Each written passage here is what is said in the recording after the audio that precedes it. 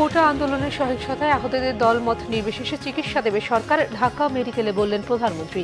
ঘুরে দেখেছেন বিটিভির ক্ষয়ক্ষতি। প্রতিটি হত্যার বিচার বিভাগীয় তদন্ত হবে বলেছেন ওবায়দুল কাদের। নিরাপত্তার স্বার্থে ডিবি হেফাজতে কোটা আন্দোলনের ৩ সমন্বয়ক, জানালেন স্বরাষ্ট্রমন্ত্রী। সরকার পতন আন্দোলনের সকল শরিক জামায়াত ইসলামী এবং ইসলামী দলগুলোকে নিয়ে জাতীয় ঐক্য গড়ার আহ্বান মির্জা ফখরুলের।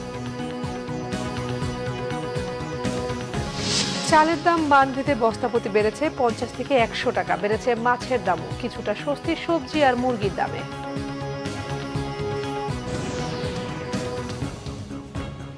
দেখছিলেন সংবাদ শিরোনাম, এবারে বিস্তারিত খবর। প্রধানমন্ত্রী শেখ হাসিনা বলেছেন, মানুষের জীবন নিয়ে ছিনিমিনি খেলা বন্ধে সহিংসতায় জড়িতদের খুঁজে বের করে উপযুক্ত শাস্তি নিশ্চিত করতে হবে।